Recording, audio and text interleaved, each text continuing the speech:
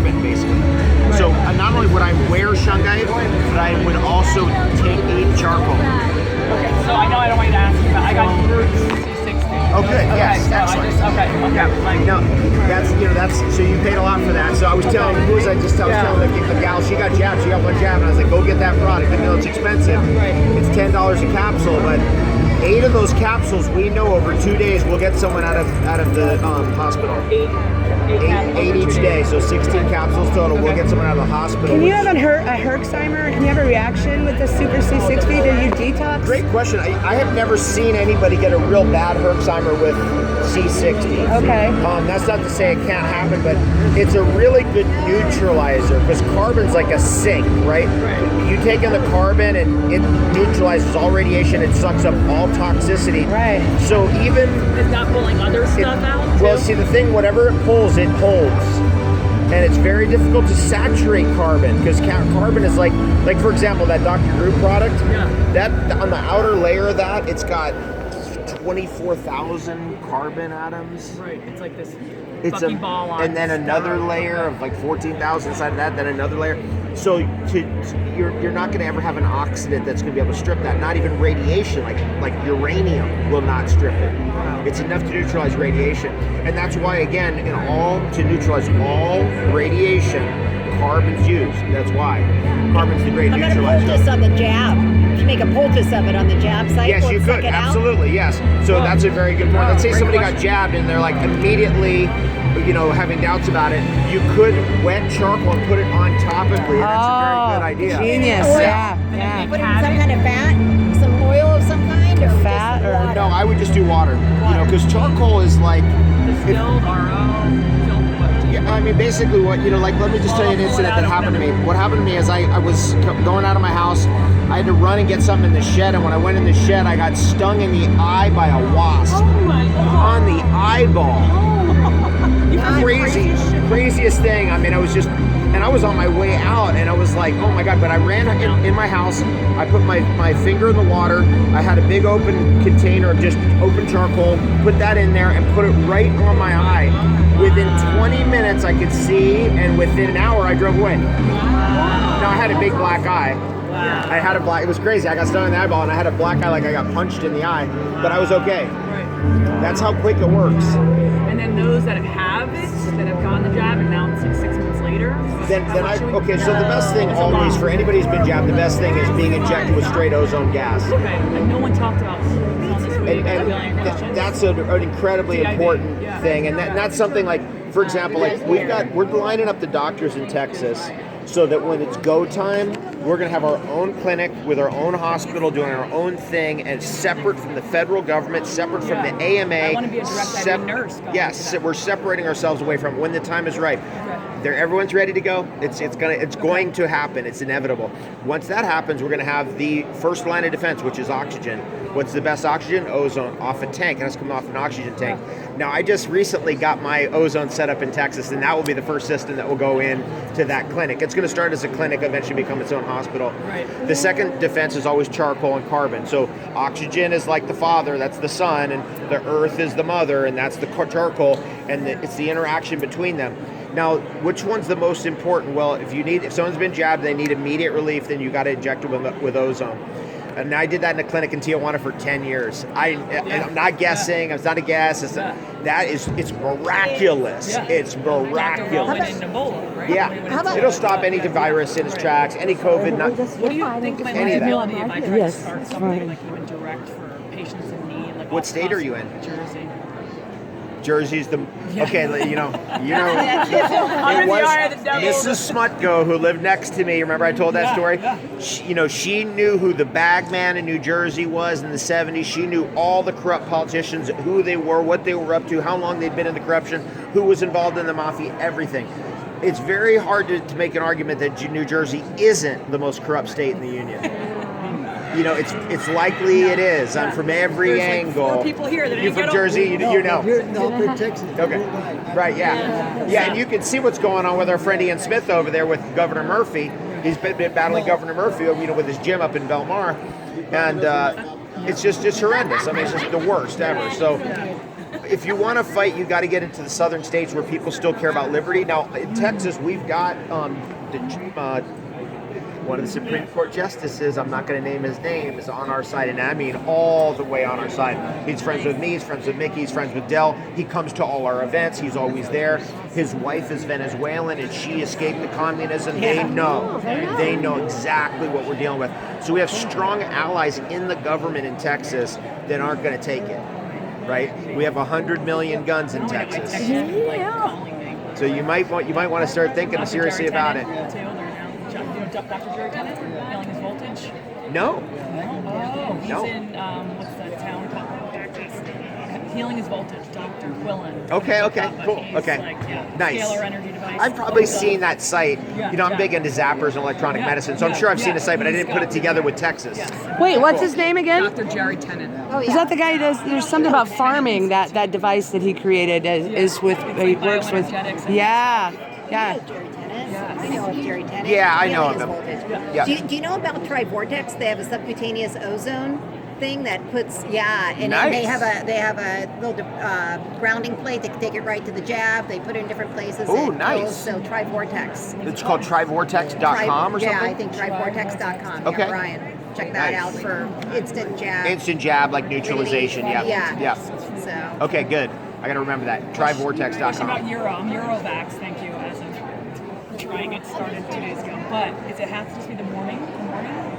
Oh, you're doing neuropathy. Yeah. Wait. Okay, so let me tell you that 20 something years of doing that, and really, I've been inside and out of it. In Dr. Hitt's clinic, we injected people for 10 years with their own urine. The best urine is always the first urine in the morning that's clear, the midstream. I started That's it this morning. Injecting? First morning that's clear. So that could be a couple hours. I started Yes, it. that's right.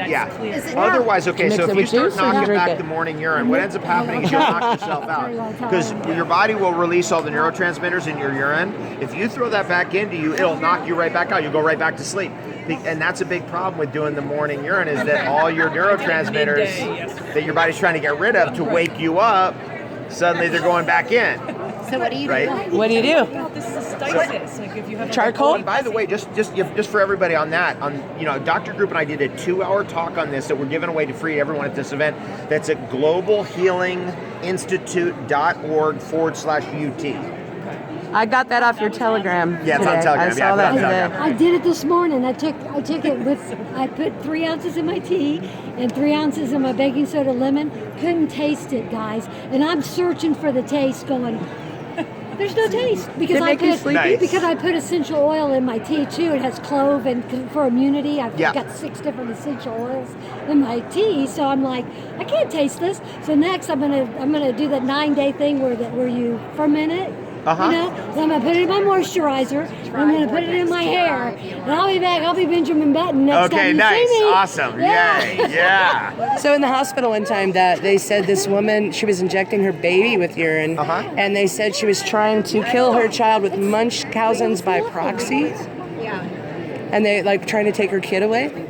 She was injecting the kid with the kid's With the own urine. urine or her urine? Or her urine. I'm not sure back now if it was You hers or can't- the okay, kid's. so the important thing about urine is it's not really good to go urine between sexes, right? Or if you're gonna inject the grandkid's urine into the grandpa, okay, as long as it's the boy and a boy. Oh, okay. Because it's hormonally completely different, right? So it really is kind of sex specific. If you drank, your husband's urine or something, it's not going to kill you, but you shouldn't do that all the time. It's supposed to be on the same side, and it's not if you're young, like you're a child, you should not be getting it from the grandfather. It shouldn't be going that way. It should be going the other way, where the parents should be drinking the kid's urine or the grandkids going that way, because that makes you younger, because then you get the juvenile hormones. Now that's the ancient way of ancient societies. It makes sense. Is it sub-Q, IM, intravenous? What is the Okay, so inject and you how inject into the muscle and fat tissue of your butt, basically the upper part right here. That's where you inject urine. And let's see, do you have enough? Let's see. So IM or sub-Q? All the way has to go in the muscle? It's going to be the short syringe. Like an insulin. Yeah, like You an can do- insulin like an needle. insulin Yes, needle. Okay. exactly. 1 cc. 1 cc. Yep. Okay. So 1 Every cc day? right there every day. Now what happens is let's say you're dealing with someone who has like a terminal cancer, right? Okay. They will stay alive, but what ends up happening is they have to inject every day. So you can't, they'll welt up. Eventually the tissue gets welted up. And so that's why we used to use a little bit, 5% lidocaine. Because that keeps the welting from happening, and that's very important when people need to be injected every day. If you're doing it once a week, you can get away without it, because your tissue will go back and soften up eventually. What benefits do you get from once a week? Okay, so the benefits you get is that every single week, whatever your immune system's fighting, they've changed its codes. Oh. So the viruses or cancer cells or anything have switched all their coding within a week. So if you do that every week, what ends up happening is your immune system dials it in quicker and knows exactly what it's dealing with much faster. So the urine vaccine is actually a tremendous tool to close the biofeedback loop so your body knows what to do and what it's fighting. Now the codes typically for cancer, like an aggressive cancer, changes every 3 or 4 days. So if somebody has a more aggressive cancer, they need to do it more often because those codes will change. Your immune system will go, wait, what? It's not there anymore. And it'll take another 3 or 4 days to figure out what's going on. And that's where the urine vaccine comes in. That's why it's so effective and that's why it's so important. When it's a terminal case and the person's gonna die, unless say their immune system's on it, it needs to be every day. What if you had some Kenton? You could do that too. You can add that. Yeah. Yeah. Kenton. Now, it was interesting. I was talking about, we process all our C60, our product that we make. I sell everyone's C60, including Dr. Groups and all of them, because I know all the scientists behind all those products, by the way. And anyway, one of the things that we do is our C60 that we manufacture is injectable, even though you shouldn't inject it, but we refine it to that level of purity so that there's no particulate in it whatsoever. There's nothing bigger than 21 microns in the product. So that's the pharmaceutical standard for injection. Now, we, of course, don't inject it, but that's just the level that I'm dealing with when I want to create a product that's pure. Yeah, speaking of injections, what do you think about Shanghai tattoos? You know what Shanghai ink? Okay, so every tattoo historically was always made with charcoal, right? And that's always been how it's done throughout all history. Is there C60 that it's in tattoo ink naturally? Absolutely. If it's a real original tattoo ink, then it would have C60 in it. So in the original inception of the tattoo, it's good for you. Absolutely good for you. Right? But what we have today with tattoo inks is every kind of heavy metal, all kinds of heavy metal contaminants. God knows what are the derivatives in those inks. I've gone through them, by the way, with the top tattoo artists in America. We've gone through it. We went through all the inks. We went through everything. And it was like, my God, this is dangerous what they're doing. Is there any way to detox from tattoo ink? I mean, is C60 the supercharged? Yeah, C60 is a good idea. And I mean, after you've been tattooed for years and, it's settled in It's like your a system. vaccine. Yeah, it's like... Tattoo vaccine. Tattoo vaccine. I got it. Can you explain the logic? I need to go back to this pussy bloody urine and then drinking them. And how I would not know. So there's different theories. So, Dr. Group's more on the side, like, you drink it no matter what. No matter what's going on, you drink it. I'm not on that camp because I've tried that, and we used to do whole urine therapy retreats. Fact. Yeah. Fact. 20 years ago, we would do that. If this wasn't being filmed, I would tell you something. Let me tell you. I'll tell you a story. I'll shut it off. Shut off. Here we